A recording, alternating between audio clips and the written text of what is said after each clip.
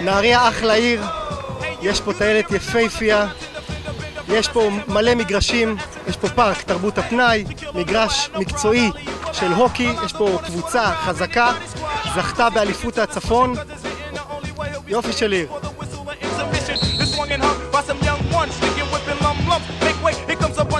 נהריה זאת עיר של ספורט, כל מי שאוהב חובב ספורט יכול לבוא לשחק פה, יש פה מגרשים, פארקים, שחקנים ברמה גבוהה וכל מי שאוהב ספורט כדאי לו לבוא לבקר פה, לשחק פה.